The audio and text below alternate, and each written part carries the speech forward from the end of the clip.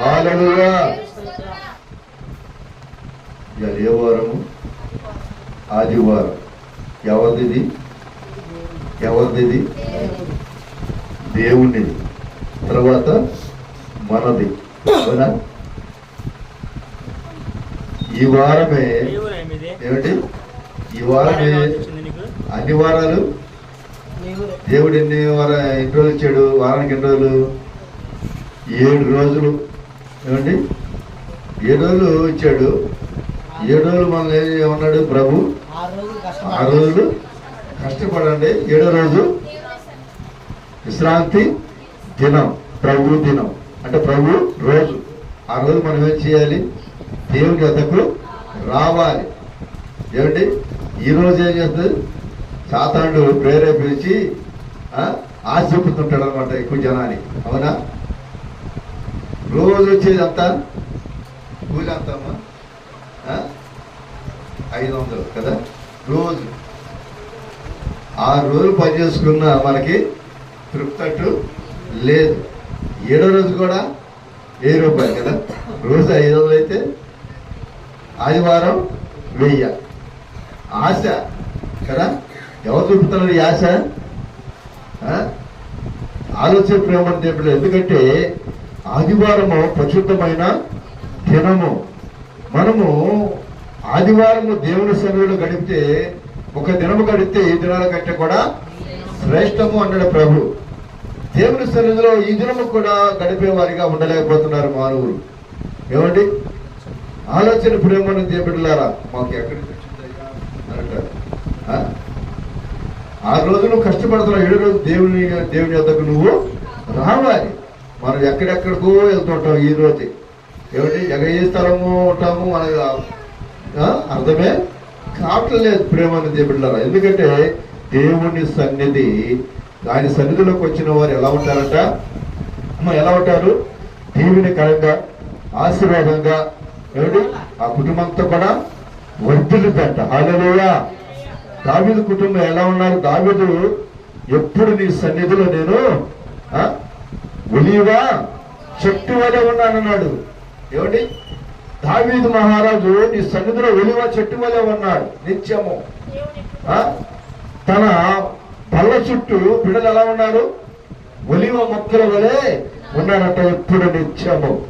ఏంటి? ఎంత ఆశీర్వాదము! ఏమండి? అంత ఆశీర్వాదం మనకే కావాలా వద్దా? ఏమండి?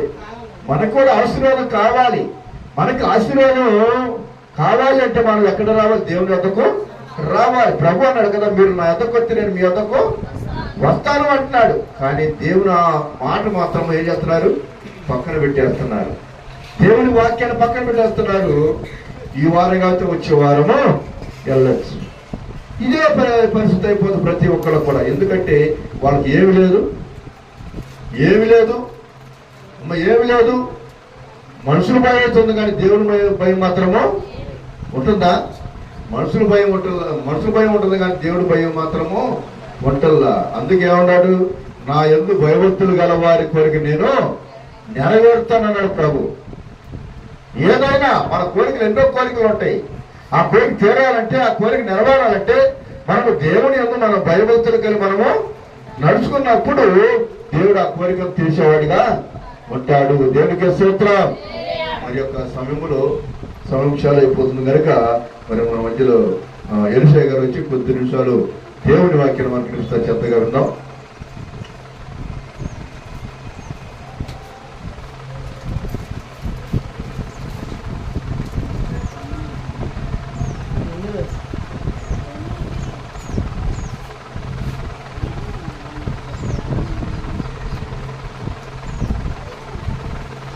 దేవుని స్తోత్రం. నాకు ఈ అవకాశం ఇచ్చిన ఆత్మీయ తండ్రి గారికి, తోటి సేవకురాలకి అందరికీ హృదయపూర్వక వందనాలు. వందనాలండి. దేవుని స్తోత్రం. గట్టిగా దేవుని స్తోత్రం. చాలండి. వాక్య నిమిత్తము మత్తయి సువార్త 9వ అధ్యాయము 1వ అధ్యాయం 1వ వచనం చదివి సహాయం చేయండి. తరువాత ఆయన ధోని ఎక్కి సముద్రము దాటి సముద్రము దాటి తన పట్టణములో ప్రవేశింపగా ఇదిగో ఇదిగో జనులు జనులు పక్షవాయువుతో మంచము పట్టి ఉన్న యొకని ఆయన యొద్దకు తీసుకుని వచ్చి చాలండి. వాక్యం నిమిత్తం చిన్న ప్రార్థన చేసుకున్నామండి. ప్రార్థన. పరిశుద్ధుడా ప్రేమ తండ్రి, నీ పాలకు వందనాలు, స్తుతులు, స్తోత్రాలు నాయన. అయ్యా, ఎక్కడైతే ముగ్గురు కూడి నీ నామం స్తుతిస్తారో వాళ్ళ మధ్య నువ్వు ఉంటాను సెలవిచ్చిన దేవా, మా మధ్యన మీరు ఉన్నారని నమ్ముతున్నాము. అలాగే పాటలు ఎందుకు మీరు ఉన్నారు, సాక్ష్యాలు ఎందుకు మీరు ఉన్నారు, ఆరాధన ఎందుకు మీరు ఉన్నారు. అయ్యా, వాక్య నిమిత్తం నేను నిలబడిచుండగా ప్రభువా, నరపుత్రుడా చక్కగా నిలబడి ఉన్నాను, ప్రతిగా నేను నిలబడి ఉన్నాను. నా నోటికి నువ్వు దూరంగా ఉంటూ ఏ ఆత్మీయాహారం కావాలి ప్రభావ. అయ్యా, వచ్చిన బిడ్డలను మైకు ద్వారా వింటున్న బిడ్డలను ప్రభావ, ప్రతి ఒక్కరికి ప్రభావ నగలు చెవులు గ్రహించిన ఉద్యోగం నాకును మాకును అందరికీ దయచేయమని యేసుక్రీస్తు నామములో వేడుకున్నా తండ్రి. ఆమేన్. హల్లెలూయా. అందరూ ఇక్కడే ఉన్నారండి. అలాగే లేఖన భాగాల నుంచి మత్తయి సువార్త 9వ అధ్యాయము 1వ వచనం చదివి సహాయం చేయండి. తరువాత ఆయన ధోని ఎక్కి సముద్రపు దాటి తన పట్టణములో ప్రవేశింపగా ఇదిగో జనులు పక్షవాయువుతో మంచము పట్టి ఉన్న ఒకని ఆయన యొద్దకు తీసుకుని వచ్చి యేసు వారి విశ్వాసము చూసి, కుమారుడా ధైర్యముగా ఉండుము, నీ పాపములు క్షమించబడి ఉన్నవని పక్షవాయువు గల వాడితో చెప్పు. చాలండి.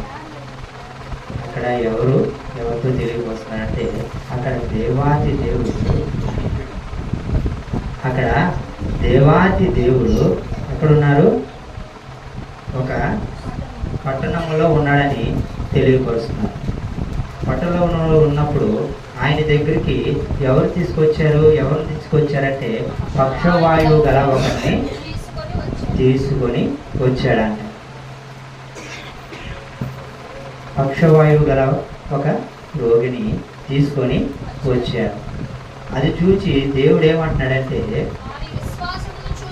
వారి విశ్వాసము చూచి, కుమారుడా ధైర్యముగా ఉండుము, నీ పాపములు క్షమింపబడి ఉన్నవని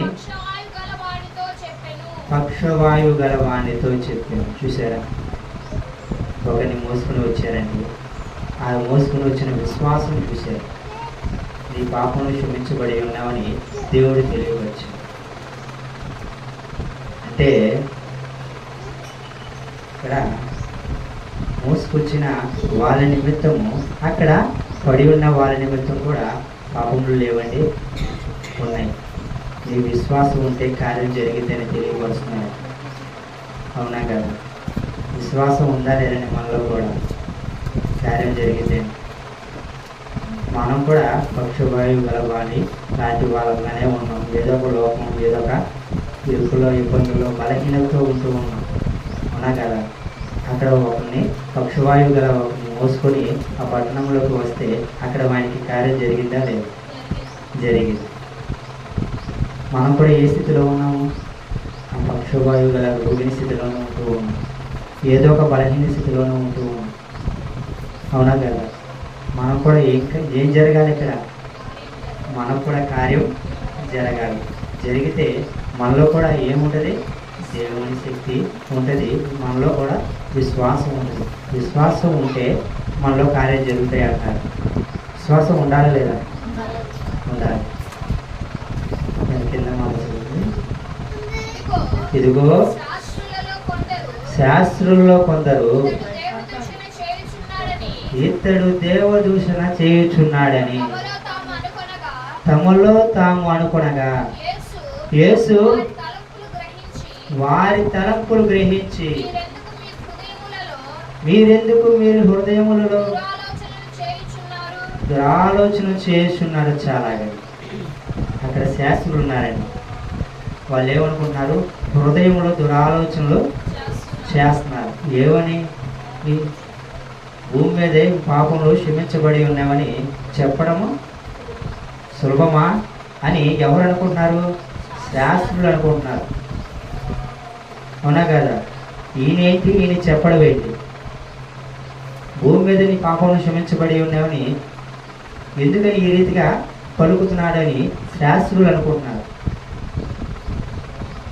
అనుకుంటే అక్కడ దేవుడు అది గ్రహించాడు. అంతేగాని ఆ హృదయంలో అనుకునే మాటలండి, ఇది పైకి మాట్లాడతారు. చదవండి కింద. యేసు వారి తలంపులు గ్రహించి మీరెందుకు మీ హృదయములలో దురాలోచన చేయుచున్నారు, మీ పాపములు క్షమించబడి ఉన్నవని చెప్పుట సులభమా, లేచి నడుమని చెప్పుట సులభమా? చూడండి, ఈ పాపములు క్షమించబడి ఉన్నవని చెప్పుట సులభమా, నువ్వు లేచి నడుమని చెప్పుడు సులభమా అని ఆ దేవుడు మాట్లాడుతున్నాడు. మనకు కూడా ఏదైనా అనుకోకుండా ఏదైనా రోగం వచ్చింది అనుకోండి, అది ఎదుటోళ్ళకి తెలియకొచ్చినప్పుడు మనం కూడా ఏం చేస్తాం? అమ్మో, వీళ్ళు ఈ బలహీనత ఉందా ఎంతో కలవకూడదని మన హృదయంలోనే అనుకుంటాం, కానీ ఆయనకి చెప్తామా? చెప్పం. అవునా కదా? నీ విశ్వాసమే నేను కాపాడుతా అంటాడు దేవుడు. ఈ పాపాలు క్షమించేవాడు ఎవరు? ఆ యేసుక్రీస్తే. అవునా కదా? మనుష్య కుమారుడికి అధికారం ఉందని మీరు గ్రహించాలంటాడు కిందమాట. ఉందా లేదా? మనుష్య కుమారుడికి అక్కడ అధికారం ఉందని గ్రహించాలంటాడు. శాస్త్రులు కొందరు ఏమనుకున్నారంటే తమ హృదయంలో ఏం ఆలోచిస్తున్నారు? ఆలోచనలో ఆలోచన చేస్తున్నారు. ఒక రోగిని ఇంటికి వస్తే మనము ప్రేమగా ఆహ్వానిస్తామా? ఇతనేంటి, ఈ రోగి ఏంటి, ఎందుకు మన ఇంటికి వచ్చాడు, ఏ కారణం మీద వచ్చాడు, ఏ ఉద్దేశం మీద వచ్చాడు? దూరం ఉంటే బాగుండు, మనకు కూడా రాకుండా ఉంటే బాగుండు, మన నిమిత్తం కూడా మన కుటుంబాల నిమిత్తం కూడా ఆయన నిమిత్తం దూరం ఉంటే బాగుండు అనుకుంటాం. అదే రీతిగా నీ హృదయంలోనే అనుకుంటాం, కానీ తేటగా ఆయనతో మాట్లాడలేము. అవునా కదా? అదే రీతిగా మనం కూడా ఏ ఆలోచన చేస్తున్నాం? దురాలోచన చేస్తున్నాం. మన ఆలోచన ఎవరికి ఎరుగుతాయి? ఆ దేవునికి ఎరుగుతాయి. దేవునికి తెలిస్తే తెలవా? తెలుస్తాయి. మనమైతే పై రూపాన్ని వస్తాం. దేవుడు హృదయాంతరంగానే ఎరిగిన దేవుడు. అవునా కదా? మన పాపాలు ఎవరు క్షమిస్తాడు? ఆ దేవాది దేవుడే క్షమిస్తాడు. మనలో ఏముండాలి? విశ్వాసం ఉంటే అక్కడ ఏం జరిగింది? కార్యం జరిగిందని దేవుడు తెలియపరుస్తున్నారు. మనలో కూడా ఏముండాలి? విశ్వాసం ఉండాలి. అప్పుడు కార్యం జరిగిందని తేటగా లేఖన భాగం ద్వారా దేవుడు మాట్లాడి మరొక మాట చూసుకున్నాం. లోకాసు వార్త 5వ అధ్యాయము 18వ వచనం.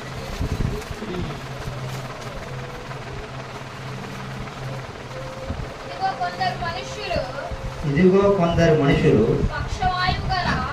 పక్షవాయువు గల యొక్క మనుషుని మంచము మీద మోసుకొని వానిని లోపలికి తెచ్చి ఆయన ఎదుట ఉంచుటకు ప్రయత్నము చేసిరి గాని జనులు గుంపు కూడి ఉండినందున వానిని లోపలికి తెచ్చుటకు వల్ల పడకపోయేను. గనుక ఇంటి మీదకి ఎక్కి పెంకులు విప్పి మంచముతో కూడా యేసు ఎదుట వారి మధ్యను వాని దించిరి. హల్లెలూయా, దేవుని స్తోత్రం. ఇక్కడ కూడా విశ్వాసం కనబడుతుందండి. ఏం కనబడుతుంది? ఇక్కడ కూడా విశ్వాసమే కనబడుతుంది. ఒక ఇంట్లో యేసు ఒక ఇంట్లోకి వెళ్ళాడంట. ఆ ఇంట్లోకి మంచం మీద ఒక రోగిని తీసుకురావడానికి అక్కడ ఏం లేదు, ఖాళీ లేదు, స్థలము లేదంట. గుంపు గూడిగా ఉన్నారంట. అక్కడ ఏం చేశారు? అయ్యో ఇటు నుంచి రావడానికి దారి లేదు, యేసు ప్రభు దగ్గర తీసుకురావడానికి అని ఏం చేశారంటే పైకెక్కి ఆ పెంకులు తీసి ఆ మంచము తాళ్ళతో కట్టి కిందకి దింపారంట. ఏం దింపారు? చదవండి.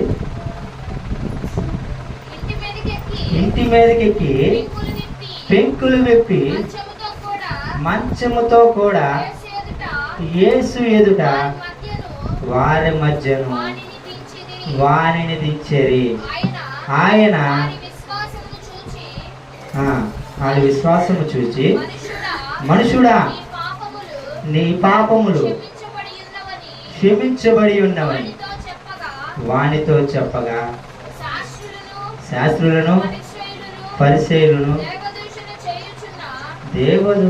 దైవదూషణ చేయుచున్న ఇతడెవడు దేవుడొక్కడే తప్ప మరి ఎవడును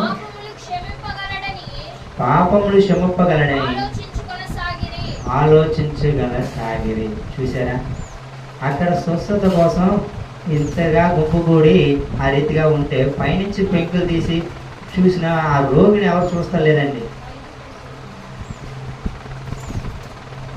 ఎవరు చూస్తలేదు. ఎందు నిమిత్తము? గుంపు కూడి ఉన్నారు, అక్కడ స్థలము లేదు. అందుకే పెంకులు తీసి పైనుంచి మంచంతో దింపారు.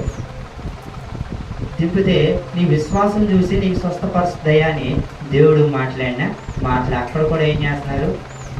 ఈ మనిషి ఈయనేంటి పాపలు క్షమించబడతాం ఏంటని అక్కడ కూడా మాట్లాడుతున్నారు. ఎందుకని? ఆయన విశ్వాసం కనపడతలేదు అక్కడ. ఎవరు దింపారు? మామూలుగా మనిషి అయితే దింపుతారండి, దింపరు, అవునా కదా? నిధు నిమిత్తం దింపారు. ఆయన మంచం మీద ఉన్న రోగి నిమిత్తము, ఆయన స్వస్థపరచడం నిమిత్తము దింపాడు. ఆయన విశ్వాసం కనబడుతుంది అక్కడ. కానీ అక్కడ ఉన్న వాళ్ళందరూ ఏమనుకుంటున్నారు? ఈయనేంటి, ఈయన చేయడం ఏంటి, ఈయన కూడా మనలాంటి మనిషే కదా, ఈయన భూమి మీదే పాపాలు క్షమించబడతామని అంటవేంటని అక్కడ కూడా మాట్లాడుతున్నారు. చదవండి అన్నమాట. 5వ అధ్యాయము 18వ వచనం. ఆయన స్వస్థపరచుట పక్షవాయువు గల యొక్క మనుషుని మంచం మీద మోసుకుని వాని లోపలికి తెచ్చి, ఎక్కడ తెచ్చి? ఆయన ఎదుట ఉంచుటకు ప్రయత్నము చేసిరి గాని జనులు గుంపు కూడి ఉన్నందున వానిని లోపలికి తెచ్చుటకు వల్ల పడకపోయేను కనుక ఇంటి మీదకెక్కి పెంకులు విప్పి మంచముతో కూడా యేసు ఎదుట వారి మధ్యను వానిని దించిరి. ఎవరు ఎదుట దించారు? ఆ దేవాది దేవుని ఎదుట దించారు. మంచంతో కూడా ఆ రోగిని కిందకి దించారు. దించినప్పుడు యేసు పలుకుతున్న మాటలు ఏంటంటే, చదవండి. ఆయన వారి విశ్వాసము చూచి మనుషుడా నీ పాపములు క్షమించబడి ఉన్నవని వానితో చెప్పగా శాస్త్రులను పరిసయ్యులను దేవదూషణ చేయుచున్న ఇతడెవడు దేవుడొక్కడే తప్ప మరి ఎవడు పాపములు క్షమింపగలడని ఆలోచించుకొనసాగిరి. యేసు వారి ఆలోచన ఎరిగి మీరు మీ హృదయములలో ఏమి ఆలోచించుచున్నారు? మీ పాపములు క్షమించబడి ఉన్నవని చెప్పుట సులభమా?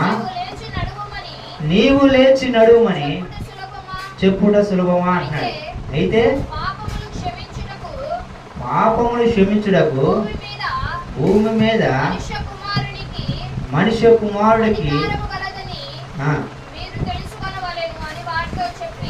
మనుష్య కుమారుడికి అధికారము గలదని మీరు తెలుసుకొనవలనని వారితో చెప్పి పక్షవాయువు గల వాడిని చూచి నీవు లేచి నీ మంచం ఎత్తుకొని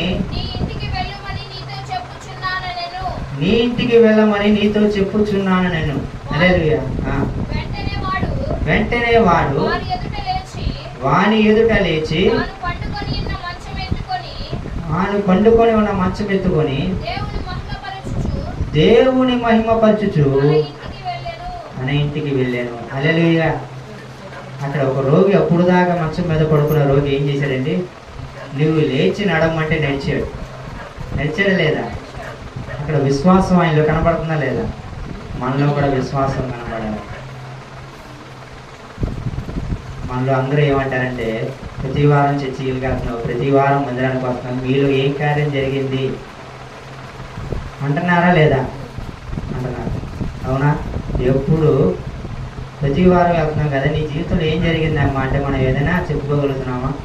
మనలో ఉన్న చేసే సాక్ష్యాల నిమిత్తం, మన జీవితంలో కలిగే మేలు నిమిత్తం చెప్పుకోవాలంటున్నాడు దేవుడు. నీ పరుపు ఎత్తుకుని నడమంటే నడిచాడు, నీ మంచం ఎత్తుకొని నడమంటే నడిచాడు. అదే రీతిగా మనం కూడా ఏం చేయాలి? నిన్ను ఎవరైతే అడిగిన ఎడల వాళ్ళకి నీ సాక్ష్యం చెప్పుకునేటట్టు ఉండాలి.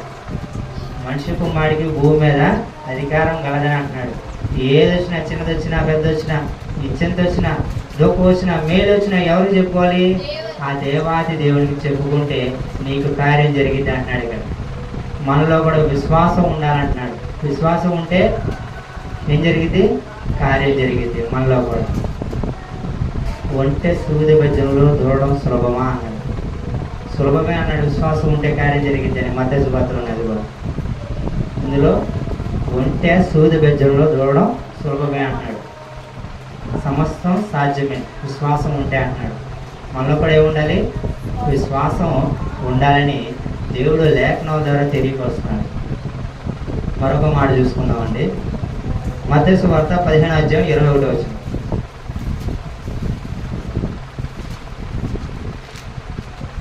మత్తయి సువార్త 15:21. యేసు అక్కడ నుండి బయలుదేరి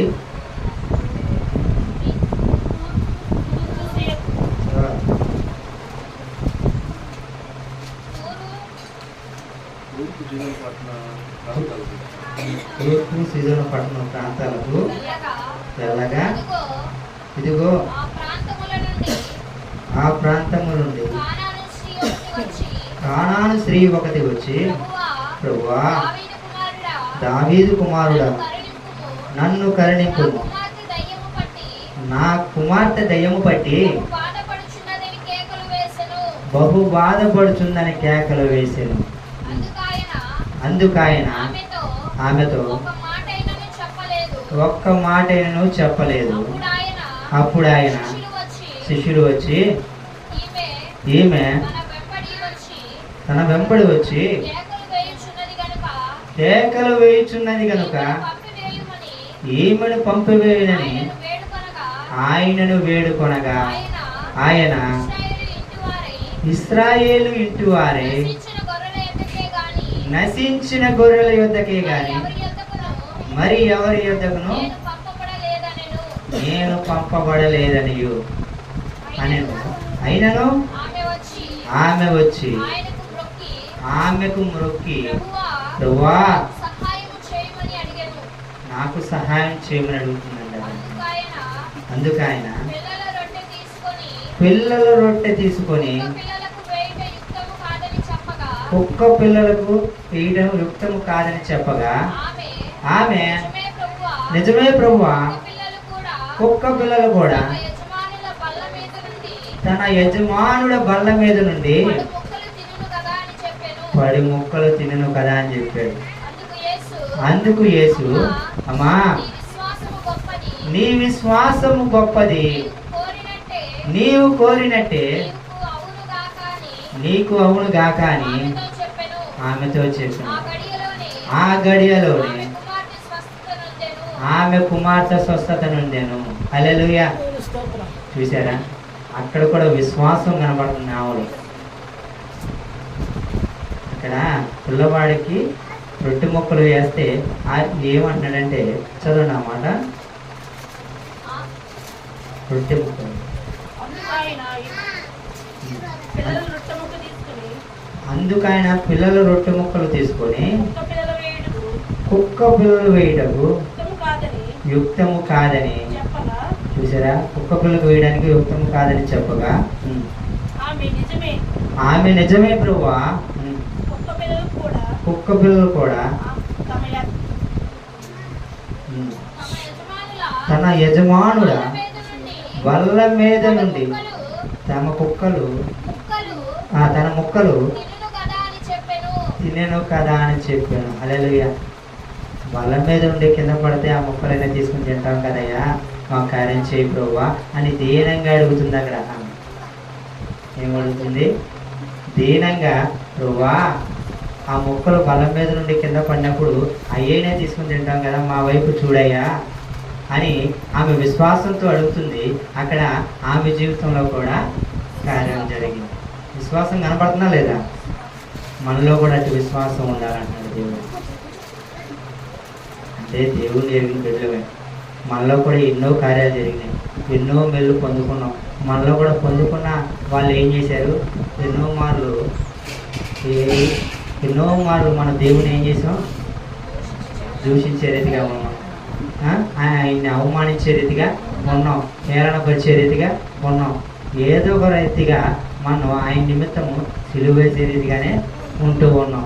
మన మాటలు ఎందు, చూపు ఎందు, నడవకందు, ప్రతి అవసరం ఎందు ఆయన ఏం చేస్తున్నాం? ముందుగా మన నోట వచ్చేది ఏంటి?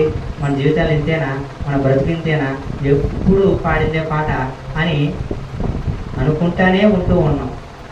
కానీ మన జీవితంలో ఏం కావాలి? కార్యాలు కావాలి. మనకేం జరగాలి? సూచక్రియ జరగాలి. అప్పుడు మన జీవితంలో మేలు పొందుకునేటట్టు ఉండాలి. అవునా కదా?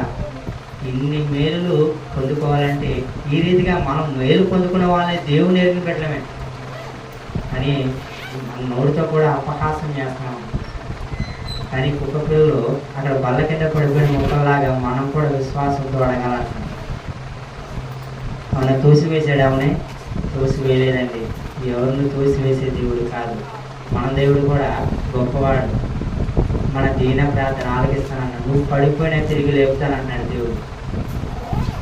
మనలో కూడా ఏం జరగాలి? స్వస్థత జరగాలి.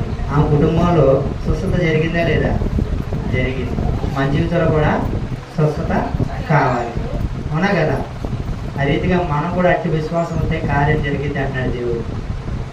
ఉంటుందా మన జీవితంలో విశ్వాసం? ఉండగలుగుతుందా? ఉండలేకపోతున్నాం. అవునా కదా? దేవుని ఏం పెట్టలేమేగా, చేస్తానులే నిర్లక్ష్యంతో ఉంటూ ఉన్నాం. విశ్వాసం కనపడలేదు. ఏ రీతిగా ఉండాలి? విశ్వాసం అయితే మన జీవితంలో సన్నగిల్లిపోయే రీతిగా ఉంటుంది. చల్లారిపోయిన భక్తి క్రమంలో ఉంటూ ఉన్నాం. ఆ రీతిగా ఉండకుండా విశ్వాసంతో ముందడిగేయండి అంటున్నాడు దేవుడు. ఏం చేయాలి? విశ్వాసంతో ముందడిగేయాలి. చేస్తే మన జీవితంలో కూడా కార్యం జరిగింది అంటున్నాడు. మరొక మాట చూసుకున్నాం. మత్తయి సువార్త 8వ అధ్యాయం 5:13.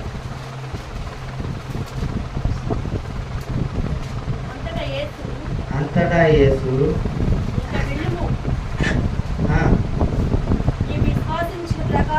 నీవు విశ్వాసించిన ప్రకారము చెప్పాలి, గట్టిగా చదవాలి. నీకవును గాక అని శతాధిపతితో చెప్పాను. ఆ గడియలోనే నీ దాసుడు స్వస్థత చాలా.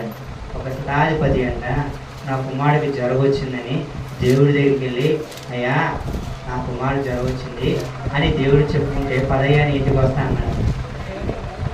అక్కడ ఆయన ఏమంటున్నాడు? శతాధిపతి దాసుడు. చదవండి అన్నమాట.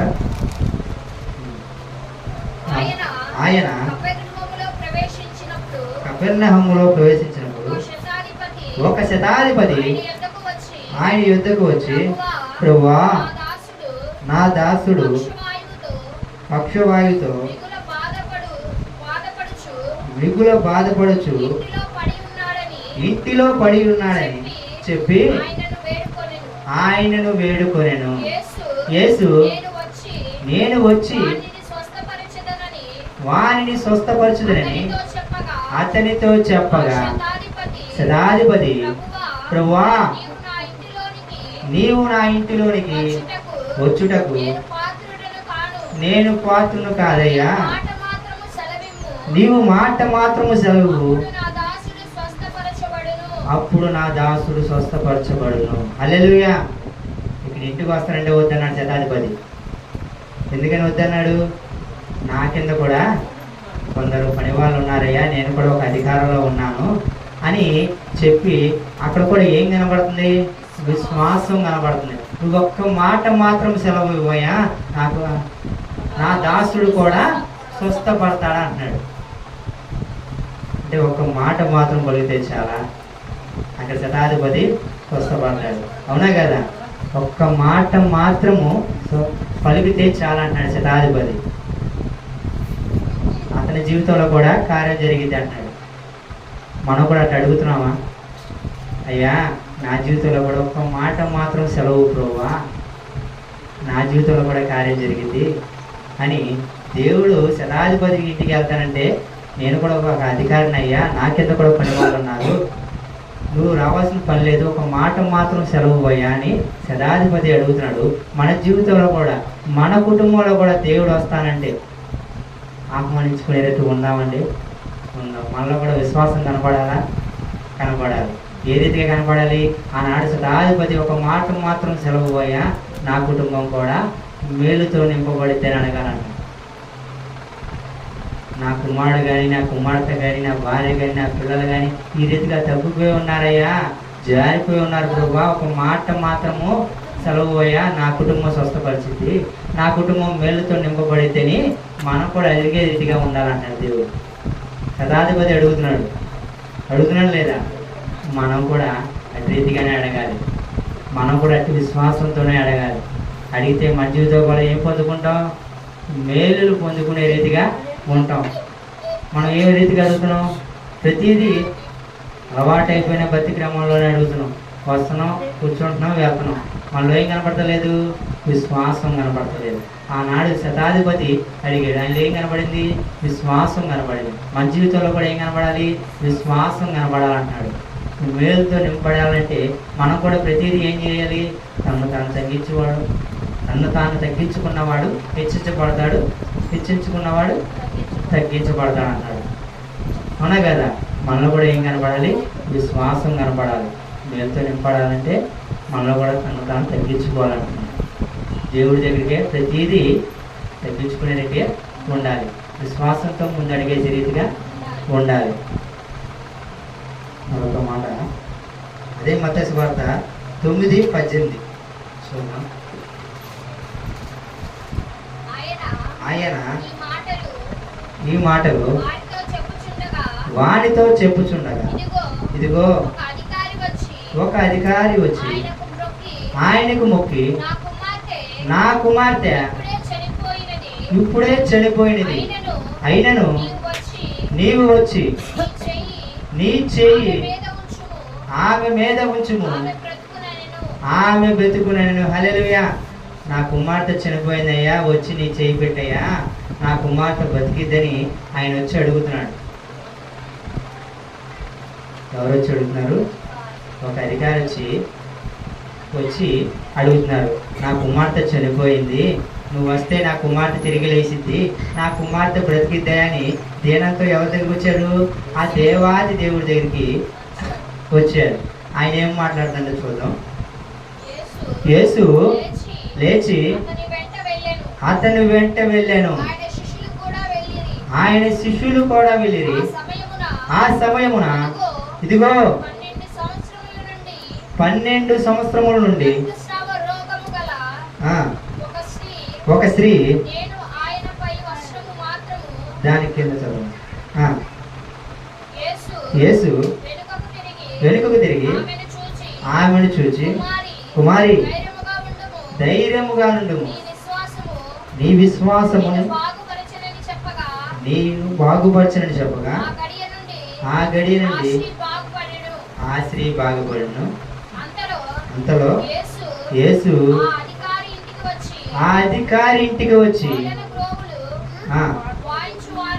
పిల్లల గ్రోవులు వాయించు వాడిని గొల్ల చేయుచున్న సమూహమును చూచి, స్థలముయుడి, ఈ చిన్నది నిద్రించుచున్నదే గాని చనిపోలేదని వారితో చెప్పగా వారాయనను అపహసించి. ఒక్క నిమిషం. ఏం చేస్తున్నారంటే, చనిపోయిన వాళ్ళ చుట్టూ ఏం చేసుకుంటాం? పెద్ద తండోర వేసి పెద్ద జనాంగం అందరూ వచ్చి బరువు అంటూ ఏడుచుకుంటూ ఆ ఇంటి చుట్టూరు బహు జన సమూహంతో నిండుకొని వారే దుఃఖంతో ఉంటూ ఉంటారు. అవునా కదా? ఎవరైనా మనిషి చనిపోయిన ఇంటికి ఎలా ఉంటారు చెప్పాలి? మనిషి చనిపోయిన ఇంటికి ఎలా ఉంటారంటే, జన సమూహం కూడి వస్తే తండోర వేయించుకునే వాళ్ళు వేయించుకుంటారు, వాళ్ళ పనిలో వాళ్ళు ఉంటారు, ఏడ్చేవాళ్ళు ఏడుస్తూ ఉంటారు, దుఃఖించేవారు దుఃఖిస్తూ ఉంటారు. అక్కడికి ఎవరు వచ్చారు? యేసు, ఆయన వెంట వచ్చే శిష్యులు వచ్చినప్పుడు ఈ చిన్నది నిద్రిస్తూనే కానీ చనిపోలేదని దేవుడు చెప్తున్నారంట. ఈయన ఎవరు? చనిపోయిన ఆవిడ చనిపోలేదంటున్నారు అని అందరూ ఆయన వెంక చూసి అపహాసం చేస్తున్నారంట. మనం కూడా చనిపోయే వాళ్ళ ఇంటికి వెళ్ళి ఈ చనిపోలేదా ఆయన ఎందుకు ఏడుస్తున్నారంటే మనల్ని కూడా ఎలా చూస్తారు? మనలో కూడా పెంచోలేక చూస్తూ ఉంటారు, అవునా కదా? అక్కడ దేవుడు కూడా అదే రీతిగా చూస్తున్నారంట, అపహాసం చేస్తున్నారంట. చదవండి కింద ఏమన్నారు? జన సమూహమును పంపివేసి ఆయన లోపలికి వెళ్ళి ఆయన చెయ్యి పట్టుకొనగానే ఆ చిన్నది లేచెను. ఈ సమాచారము ఆ దేశమంతటను వ్యాపించెను. హల్లెలూయా, హల్లెలూయా. చూసారా? ఆ చిన్న చనిపోలేదమ్మా, మీరు ఎందుకు ఆ రీతిగా గొడుగు చేస్తున్నారు, ఆ రీతిగా ఏడుస్తున్నారు అని అంటే అక్కడ ఎవరైనా ఆయన మాట పట్టించుకున్నారా? ఏంటి ఈయనేంటి ఇట్లా మాట్లాడతానండి, అపహాసం చేసే రీతిగా ఉంటున్నారు.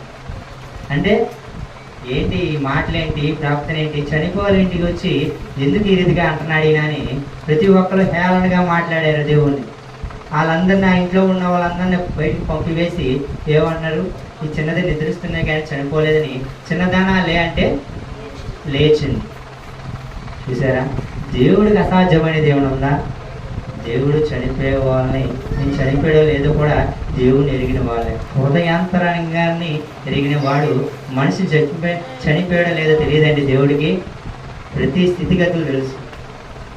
మనం పుట్టకపో మునుపే దేవుని ఎరిగిన వాడు, తల్లి గర్భంలో రూపు పొందక మునిపే దేవుడి ఎరిగిన వాడు. అటువంటి వాడు దేవుడు చనిపోయలేదు తెలియదండి, తెలుసు ఆయన. ఆ లోకమంతా ఆ వార్త ఏం చాటింది? చనిపోయిన చిన్నది లేచిందని. ఆ లోకమంతా గొప్ప తండోర వార్తగా వ్యాపించింది అన్నాడు. దేవుడి సూచక్రియలు అలా ఉంటాయండి. దేవుడు అద్భుత కార్యాలు చేయు సమర్థుడు, ఆ రీతిగా చేస్తూ ఉంటాడు. మేలుతో నింపబడేవాడే కదా. మన జీవితంలో కూడా ఎన్నో మేలులు, ఎన్నో కార్యాలు నిమిత్తం దేవుడు మన పట్ల చేసేవాడే. మనం కూడా ఏ రీతిగా ఉంటున్నాము? అపహాసం చేసే రీతిగా ఉంటున్నాం, హేళన చేసే రీతిగా ఉంటున్నాం. ఎవరి నిమిత్తము? దేవుడు బిడ్డల నిమిత్తమే. ఏదో ఒక రీతిగా, ఏదో ఒక మాట రీతిగా, అవునా కదా? అంటే మనం మందిరానికి వస్తున్నాము, వెళ్తున్నాము, మనలో ఎవరైనా సరే చూసి అమ్మా ఎన్నకాక ఏమో కూడా మనతో తిరిగింది, ఏమేంటి బైబిల్ పట్టి నేస్తుంది అని కుల పట్టింపులు లేవండి, మత పట్టింపులు లేవా అని హేళగా మాట్లాడడం గోల్డ్ మంది ఉన్నారా లేదా? మన కూడా విశ్వాసంతో అవన్నీ దాటుకుని నెట్టుకుని వెళ్ళాలంటున్నాడు దేవుడు. మన జీవితంలో కూడా ఆ చిన్నది లేచినట్టు మన జీవితంలో కూడా అట్టి మేలులు పొందుకుంటామని దేవుడు లేఖనాల ద్వారా మాట్లాడుతున్నాడు. మనం కూడా అట్టి సూటు మోటు మాటలు పడిపోతూ ఉంటే మన జీవితంలో కార్యాలు జరుగుతాయా? జరగవు. మనం కూడా మేలుతో నింపడతామా? లేదు. మనం కూడా ఎక్కడేసిన గొంగలు అక్కడనే ఉంటూ ఉంటాం. అటు రీతిగా ఉండకూడదని దేవుడు లేఖనాల ద్వారా మాట్లాడుతున్నాడు, విశ్వాసంతో మాట్లాడుతున్నాడు. ఆ విశ్వాసం నిన్ను కాపాడితే అంటున్నాడు. నీ విశ్వాసమే నిన్ను రక్షించింది, నిన్ను కాపాడితే అంటున్నాడు. అవునా కదా? మనలో కూడా ఏమి ఉండాలి? విశ్వాసం ఉండాలి. మనలో కూడా ఏ క్రియ కలిగి ఉండాలి? దేవుని క్రియ కలిగి ఉండాలి. అవునా కదా? లేకపోతే మనం కూడా పడిపోయే వాళ్ళగా ఉంటాం, కానీ ప్రతీదీ నిలబడే వాళ్ళగా ఉండలేకపోతాం. ఎలా ఉండాలి? పడిపోయే వాళ్ళగా ఉన్నామా, నిలబడే వాళ్ళగా ఉన్నామండి? నిలబడే వాళ్ళగానే ఉండాలి. ఇందులో విశ్వాసంలో అండి, లోకంలో కాదు. ఇందులో ఉండాలి, విశ్వాసంలో ఉండాలి. దేవుడు నిమిత్తము విశ్వాసం కలిగి మన జీవితంలో, మన బతుకుల్లో కార్యాలు చేస్తాడని విశ్వాసంతో ఉండాలంటున్నాడు దేవుడు. అంతేగాని లోకం అనే విశ్వాసంలో ఉండకూడదండి. మనం కూడా ఈ లోకంలోనే ఉంటున్నాం, లోకంలోనే తిరుగుతూ ఉంటున్నాం. అవునా? లోక ఆచారాల నిమిత్తం పాటిస్తూనే ఉంటూ ఉన్నాం. కానీ ఎక్కడ ఉంటున్నాం? దేవుడు బిడ్డలు కలిగి ఉంటున్నాం. దేవుని మందిరానికి వస్తూ ప్రతి వారం సరి చేసుకుంటూ ఉంటున్నాం కాబట్టి మనం కూడా అట్టి విశ్వాసంతో ఉండాలన్నాడు. జారిపోకుండా పడిపోకుండా ఆ విశ్వాసాన్ని గట్టిగా పట్టుకొని దినదినము అభివృద్ధి పొందే రీతిగా ఉండాలన్నాడు. ఏం చెప్పుకున్నాం? విశ్వాసం చెప్పుకున్నాం. ఎన్ని మాటలు చెప్పుకున్నాం?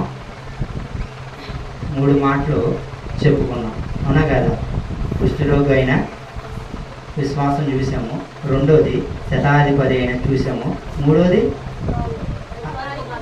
అధికారి కుమార్తె చనిపోయిందని తిరిగి లేచిన విశ్వాసం చూసాం. మనలో కూడా ఏది విశ్వాసం ఉండాలి? దేవుణ్ణి గట్టిగా పట్టుకునే విశ్వాసం ఉండాలి, అవునా కదా? దేవుని విడిచిపెట్టకుండా వెంబడించే విశ్వాసం ఉండాలి. దేవుని నిమిత్తము, ఆయన మాట నిమిత్తం లోబడే విశ్వాసం ఉండాలి. ప్రతిదీ సరి చేసుకునే విశ్వాసం ఉండాలి. ఉండాలా? దేవుడి వాక్యం దేవుడు జీవించిన గాక. ఆమె వాక్య నిమిత్తం ప్రార్థన చేసుకుందాం. ప్రార్థన. పరిశుద్ధుడా, ప్రేమ తండ్రి, నీ పాలకు వందనాలు, స్తుతులు, స్తోత్రాలయ్యా. అల్పులు అబాకులు ఎందుకు పనిచేయాలి వాళ్ళని కూడా, పుట్టు వాళ్ళు మట్టి వాళ్ళని కూడా జ్ఞాపకం చేసుకున్నాను అయ్యా. నీ విశ్వాసంతో ప్రభా ఆనాడు కృష్ణులో విశ్వస్తపరచుకోవాలి నాయన. ప్రతిగా ప్రభా అయ్యా నీ మేలుతో నింపబడ్డారు కదా నాయన. అయ్యా మా జీవితంలో కూడా ప్రభా అతి మేలుతో నింపండి ప్రభా. దినదినం మిమ్మల్ని వెంబడించే వాళ్ళమే నాయన. అయ్యా నిన్ను అనుసరించే వాళ్ళమే ప్రభా. అయ్యా విశ్వాసంలో సన్నగిలిపోయే రీతిగా ఉంటూ ఉన్నాం ప్రభా, జారిపోయే రీతిగా ఉంటూ ఉన్నాం ప్రభా. అయ్యా వెనక దక్కి తిరిగి చూసే రీతిగా ఉంటూ ఉన్నాం ప్రభా. అటు రీతిగా ఉండకుండా ప్రభా నిత్యం ప్రభా నేను వెంబడించే రీతిగా, అయ్యా నిన్ను ఆనుకునే రీతిగా ప్రభా, దినదినము ప్రభా అభివృద్ధి పొందే రీతిగా అట్టి విశ్వాసం మాలో కూడా కలగచేయమని అడుగుతున్నాం ప్రభా. అయ్యా ప్రభా మా పాపాల నిమిత్తం, లోపాల నిమిత్తం, నీ నిమిత్తం ప్రభా ఏ రీతిగా సరి చేసుకోవాలో అటు రీతిగా సరిచేసి నిలబెట్టి వాడుకోవాలి. యేసుక్రీస్తు నామములో అడిగిన తండ్రి, ఆమేన్. హల్లెలూయా.